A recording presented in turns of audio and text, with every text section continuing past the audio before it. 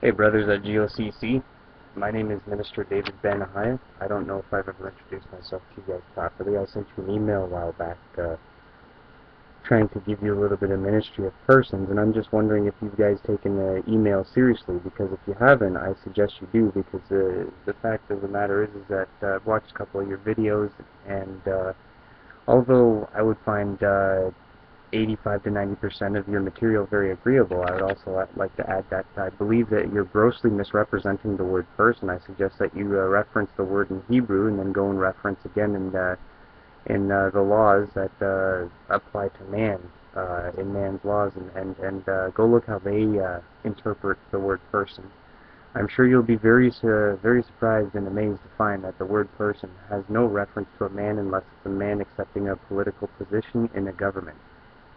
Now, on top of that, there's what's called natural persons, which are devised by nature, and those persons are also artificial by definition as well. That could be a natural piece of land. That could be the city of Hamilton here where I live. Considers itself a natural person, so it's a government definition. Now, if you do reference things like, say, as far as Canada goes, if you reference the Canadian Interpretation Act, Section 35, you'll be amazed to find how this government here identifies a person, how they define it.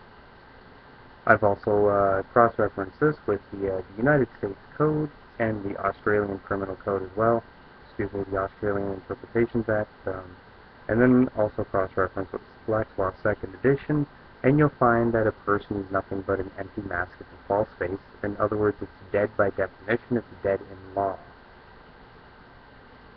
The Bible is very clear, we're not to associate ourselves with dead things. That's why a graven image comes to mind whenever you look at your identifications. I'm sure, gentlemen, you sent yours back and you've rejected yours already. You've realized it's the mark of the beast.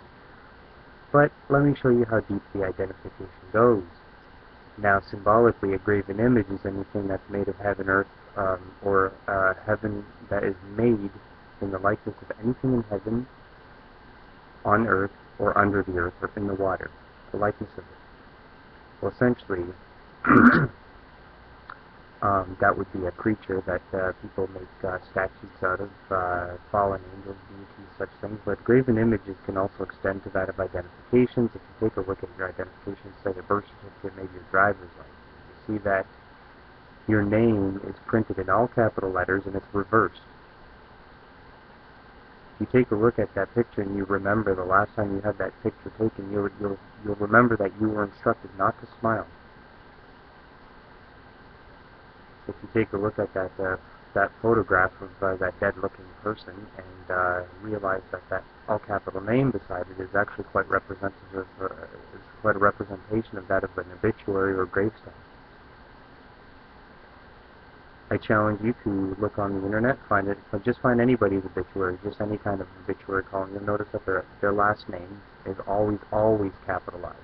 All of it, all caps. It's called capitis diminutia maximus. It means the maximum diminishment of status. That's Roman law. Now, we are under Roman law because these Gentiles, the people who I used to be a part of, the uncircumcision of the flesh, have decided to use Talmud-style law to try and enslave mankind with this tricky magical word person. Well, this also goes and verifies itself with the Canadian Control and Ownership Determination Act, and these persons are essentially what's considered formal equity, which is derived from a basis of forward equity. Now, forward equity is derived from what's called an entity, and that's where a man has his gateway into the world of persons. You are simply an entity, and by contract law here, as it states in the GOCC Act in Canada, that you do this by consent.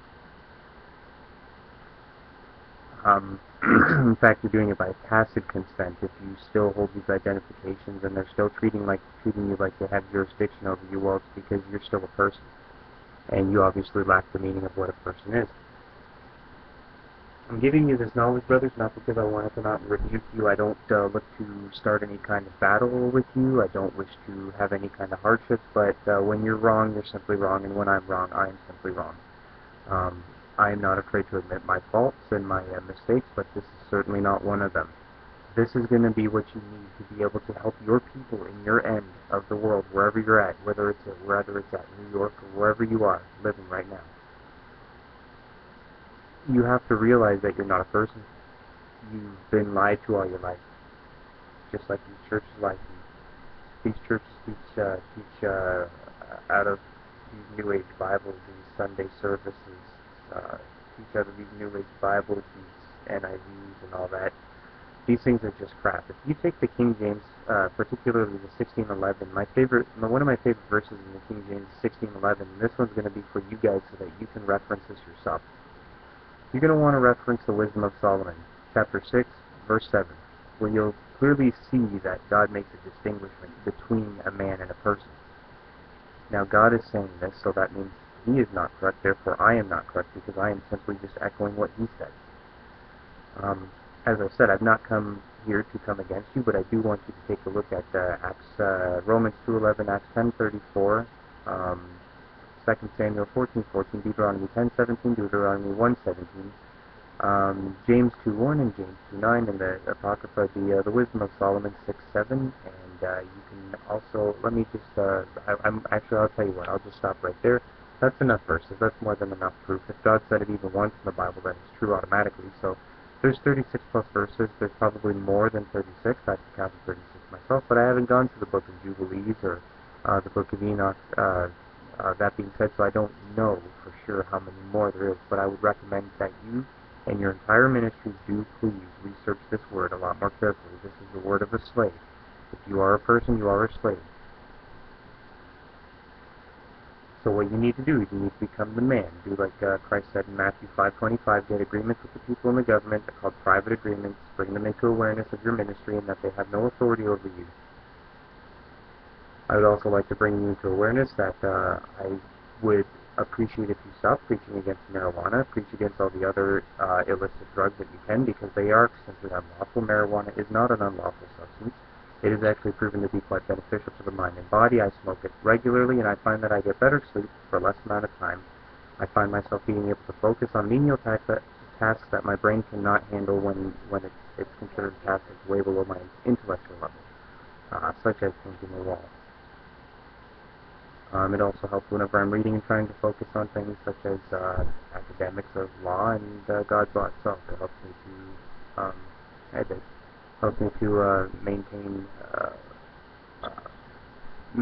remembrance of what I've read,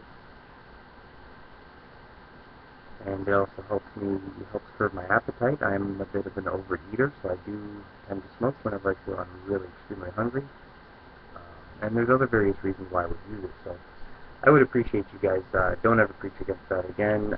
Do your research. Reference Genesis 1:29, Isaiah 18:4, and Ezekiel, I believe it's 34:29. Well, brothers of the GOCC, this is love and peace from your newly circumcised brother. Blessings. Shalom. In the name of Ahaya B'Shem Yeshaya.